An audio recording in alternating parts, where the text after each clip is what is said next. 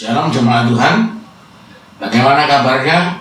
Saya percaya kita semua saat ini dalam keadaan luar biasa. Bersyukur kepada Tuhan bahwasanya kita semua di dalam keadaan tubuh yang sehat dan yang kuat.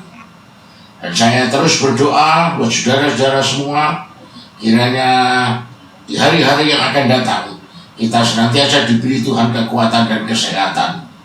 Dan saya percaya juga dimanapun dan kapanpun kita berada, Tuhan pasti memelihara dan menolong kita semua. Saudara-saudara, judul firman Tuhan pada pagi hari ini adalah bagaimana kita menumbuhkan iman kita di tengah-tengah kesusahan. Saya yakin kita semua tahu kondisi negara kita Indonesia, bahkan kondisi di dunia ini, ya. Semua ditakutkan dengan adanya virus, semua ditakutkan dengan goncangan ekonomi secara global, di mana-mana semua serba tidak menentu, tidak ada kepastian, tidak jelas, ya. Tetapi ingat saudara-saudara, bahwa kita memang saat ini ada dan tinggal di dunia ini, tetapi kita bukan dari dunia ini, ya. Sebab itu saudara-saudara, kita boleh berada di dalam dunia ini, tetapi jangan kita hidup menurut keadaan dunia ini, tetapi biarlah kita boleh terus hidup menurut janji-janjinya Tuhan. Nah, hari ini kita akan membahas saudara, bagaimana caranya menumbuhkan iman kita di tengah-tengah kondisi atau waktu yang sekarang ini dalam keadaan yang susah. Ya, ada beberapa cara yang akan kita pelajari bersama-sama pada pagi hari ini, yaitu yang pertama, ya, cara meningkatkan iman. Yang pertama, menurut saya ini sangat mudah dan simpel, ya, yaitu dengan mengingat Tuhan. Ya, cara ini sangat simpel sekali, sangat sederhana, tetapi cara ini sangat powerful, ya.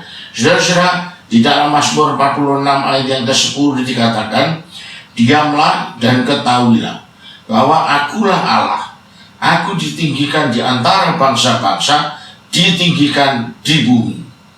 Ya saudara, firman Tuhan berkata, diam, tenang, aku ini Tuhan. Ya, dengan kata lain, Tuhan sedang berbicara kepada kita, Tuhan sedang mengingatkan kita sebagai manusia, ketika kita menghadapi masalah, ketika kita menghadapi kesusahan, ingat saudara, Tuhan katakan kepada kita harus tenang, ya, harus tenang, biar Tuhan yang menghandle semuanya. Kenapa kok Tuhan yang menghandle? Ya karena Dia itu Tuhan. Karena Dia itu Tuhan yang maha kuasa. Dan kita percaya bagi Tuhan itu tidak ada yang mustahil. Sebab itu kesulitan apapun yang kita hadapi, persoalan apapun yang sekarang kita gumuli, percayalah saudara, bahwa kita diam dan Tuhan yang menghandle semua permasalahan kita. Puji Tuhan. Saudara-saudara, kita harus mengakui, ya, bahwa kita ini adalah manusia yang memiliki keterbatasan. Kita ini mudah diombang-ambingkan, mudah digoncangkan ke sana kemari, ya, dengan berita-berita yang negatif, dengan berita-berita yang buruk, ya, kita mudah digoncangkan. Ya, saudara, tetapi marilah, ya, kita belajar kembali apa yang dikatakan firman Tuhan, yaitu diam, ya. Diam di dalam bahasa Ibrani dikatakan rafa, yang artinya adalah relax, tenang, ya. Saudara, ini yang Tuhan inginkan. Jadi dengan kata lain dari ayat ini, Tuhan ingin berkata kepada kita, tenanglah, aku yang akan menghandle, ya, apapun, baik itu virus, baik itu goncangan ekonomi secara global. Tuhan berkata kepada kita, tenang, aku yang akan menghandle. Yang setuju kita katakan amin. Ya, saudara, di dalam kitab Nabi Yesaya 26 ayat 3-4 berkata, yang hatinya teguh kau jagai dengan damai sejahtera, sebab kepadamu lah ia percaya. Percayalah kepada Tuhan untuk selama-lamanya, sebab Tuhan Allah adalah gunung batu yang kekal. Kapanpun saudara mulai goyang dengan kondisi yang ada, entah itu dari berita atau saudara goncang dengan kondisi kesehatan saudara, dengan kondisi keuangan saudara, pada pagi hari ini saya ingatkan sekali lagi kepada kita semua bahwa Yesus itu Tuhan. Ingat ayat tadi, Rapa, artinya tenang, akulah Allah. Ya, saudara-saudara, sekarang cara yang kedua, ya, cara yang kedua ini adalah menindaklanjuti dari cara yang pertama. Kalau cara yang pertama, saudara harus mengingat Tuhan. Nah, yang kedua adalah setelah saudara mengingat Tuhan, saudara harus memperkatakan janji-janji Tuhan. Saya tidak bosan-bosan untuk mengingatkan kita semua untuk terus memperkatakan janji-janjinya Tuhan. Kenapa, saudara? Karena dengan kita memperkatakan janji-janji Tuhan, kita mengingat janji Tuhan, dan kemudian dengan itu akan menumbuhkan iman kita. Dan Roma 10 ayat 17 katakan, iman timbul dari pendengaran akan firman Tuhan. Nah, yang kita dengar siapa? Bisa pendeta, dari teman, kerabat keluarga kita, tetapi yang paling serius harusnya itu dari mulut kita sendiri. Jadi setiap kita harus memperkatakan janji Tuhan itu sampai telinga kita sendiri mendengar. Memperkatakan apa? Memperkatakan janji-janjinya Tuhan. Saudara-saudara, saat ada dua orang buta yang datang kepada Tuhan Yesus dan minta untuk disembuhkan, Tuhan Yesus sempat bertanya kepada mereka, percayakah kamu bahwa aku dapat melakukannya? Menurut saudara, sebenarnya Tuhan Yesus itu mampu tidak melakukannya. Saya percaya Tuhan Yesus itu mampu, ya. Tuhan Yesus itu bisa, ya. Dan Tuhan Yesus juga tahu isi hati dari dua orang buta tadi. Ya, kalau Tuhan tahu, kenapa kok Tuhan tanya? Ya, saudara, Tuhan tanya kepada dua orang buta itu karena Tuhan ingin, ya, mereka memperkatakannya. Ya, saudara-saudara, jadi ketika dua orang buta ini memperkatakan isi iman mereka, maka terjadilah mujizat kesembuhan bagi dua orang tersebut. Inilah mengapa penting bagi kita untuk memperkatakan janji firman Tuhan.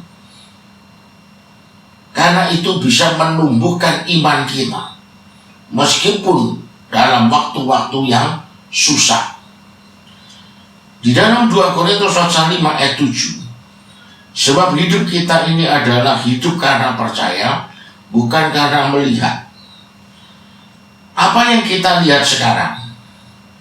Kita lihat semua orang pada takut, khawatir dengan adanya virus. Semua orang takut, khawatir karena perekonomian yang tidak stabil. Ya, semua orang takut, khawatir dengan sakit penyakit. Ya, banyak hal, saudara. Semua itu adalah yang terlihat. Tetapi firman Tuhan katakan kepada kita bahwa hidup itu tidak menurut apa yang kita lihat, tapi menurut apa yang kita percayai, yang kita imani dalam Tuhan Yesus Kristus. Sebab itu arahkan iman percaya kita kepada janji-janji Tuhan, bukan kepada apa yang kita lihat. Yang kita lihat dengan mata jasmani kita. Dunia boleh serba tidak jelas, dunia boleh serba tidak menentu, tapi satu hal yang jelas bagi kita anak-anak Tuhan, bahwa janjinya Tuhan itu ya dan amin untuk setiap anak-anaknya. Saya terus berdoa agar saudara tetap diberikan Tuhan kekuatan dan kesehatan, diberi Tuhan iman yang kuat dalam menjalani masa-masa yang sulit ini.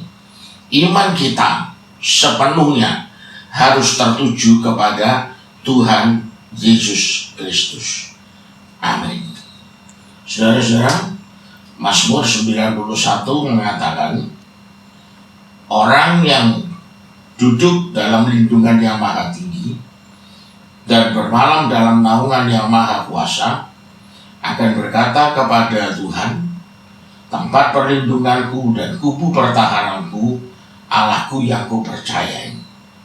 Saudara-saudara, kata duduk itu menunjukkan kepada satu sikap santai, tenang, rileks, tapi juga berbicara tentang penyerahan. Ya, kita belajar menghadapi apapun yang saat ini kita hadapi. Tuhan mengajar kita untuk tetap tenang, rileks, santai, tapi kita berserah kepada Tuhan. Biarlah Tuhan yang akan menghandle semua masalah kita. Saudara yang ingin didoakan, mari saya ingin mendoakan saudara-saudara semua. Maha besar Bapa kami yang ada dalam kerajaan surga, hati kami penuh ucapan syukur karena Tuhan baik bagi kami. Kami berdoa untuk setiap pribadi yang telah mendengarkan firman-Mu, setiap pribadi yang ingin mengambil sikap berserah kepada Tuhan, santai, rileks, tenang di hadapan Tuhan. Biarlah Tuhan Engkau tolong kami semua, supaya ketika kami menghadapi kesusahan, pencobaan, apapun pergumulan kami boleh belajar berserah kepada Tuhan. Dan kami percaya Tuhan yang akan menghandle semua masalah kami, karena Tuhan adalah Tuhan yang maha kuasa dan tidak ada satupun yang tidak dapat Tuhan lakukan bagi kami semua.